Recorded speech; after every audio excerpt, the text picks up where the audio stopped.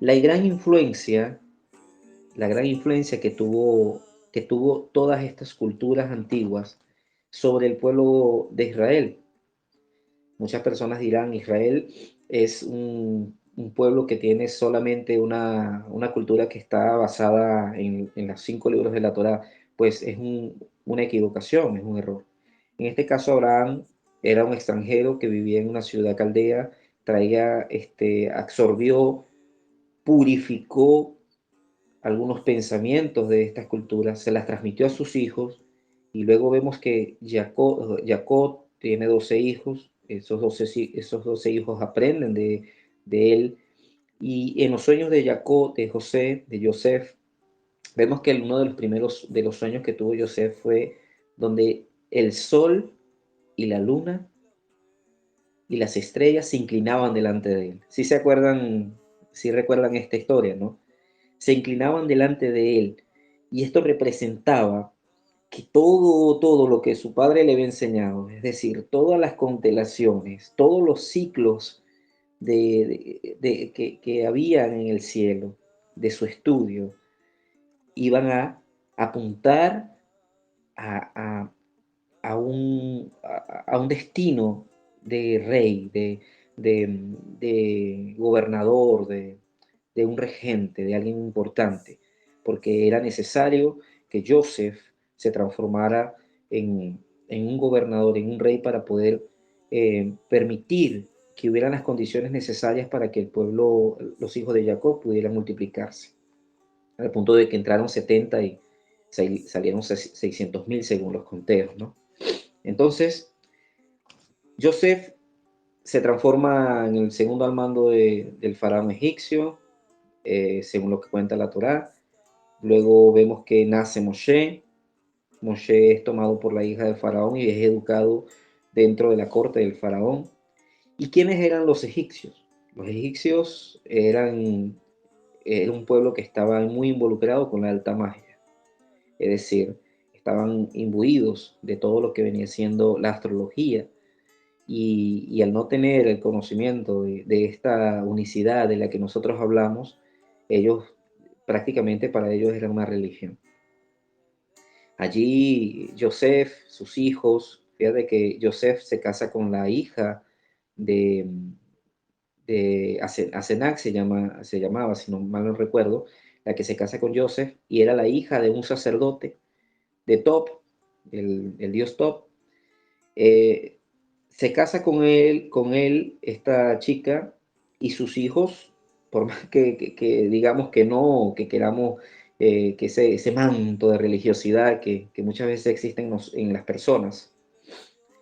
Yo sé que en ustedes no, porque si existieran no estuvieran en esta clase, pero muchas veces las personas se tapan los ojos, se vendan los ojos y no quieren ver más allá de estas realidades.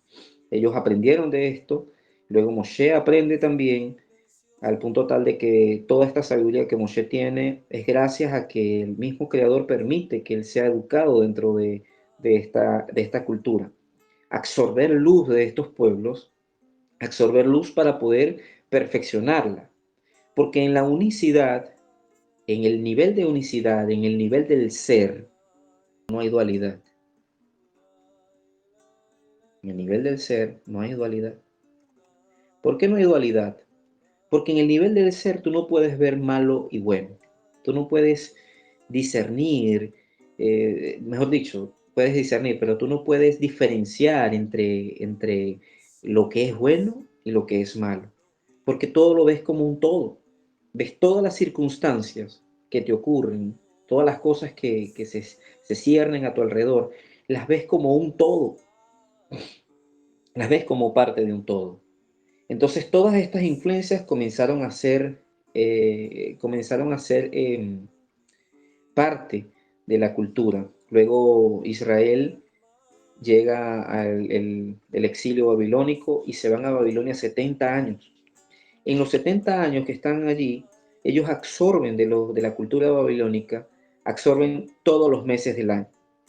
Todos los meses del año que tiene el pueblo judío hasta en la actualidad, como Nisan, Iyar, Tebet, Tamuz, y todos estos meses son nombres de los del zodiaco caldeo. ¿Ven la relación? Abraham sale de Ur de los Caldeos, pero ya Israel como pueblo también entra a la región caldea, a la región de Mesopotamia, de Babilonia. O sea, como que el creador diciendo, tienes que hacer el curso de nuevo, tienes que extraer luz de nuevo, tienes que aprender de nuevo, porque es necesario que nosotros como seres buscadores, que nosotros como buscadores, como seres que estamos en una búsqueda espiritual, nosotros nos abramos al conocimiento, quitemos de nosotros todas esas cáscaras de pensamiento retrógrado y podamos avanzar, podamos crecer como personas, podamos utilizar todas estas herramientas psicológicas, espirituales, que las podemos utilizar a nuestro servicio para avanzar y para ser cada día mejores. Y no solamente mejores para nosotros, porque ahí sigue orando este señor llamado ego, ¿no? Sino que tenemos que avanzar y aprender para también contribuir con la rectificación de la conciencia universal. ¿Cuál es la conciencia universal? La conciencia de toda la humanidad. Esa conciencia que es una. Nosotros somos parte de esa conciencia universal, es decir, en el mundo hay 7.000 millones de habitantes aproximadamente. Nosotros somos un puntito, un pedacito de esa gran conciencia que colma la tierra, ¿no?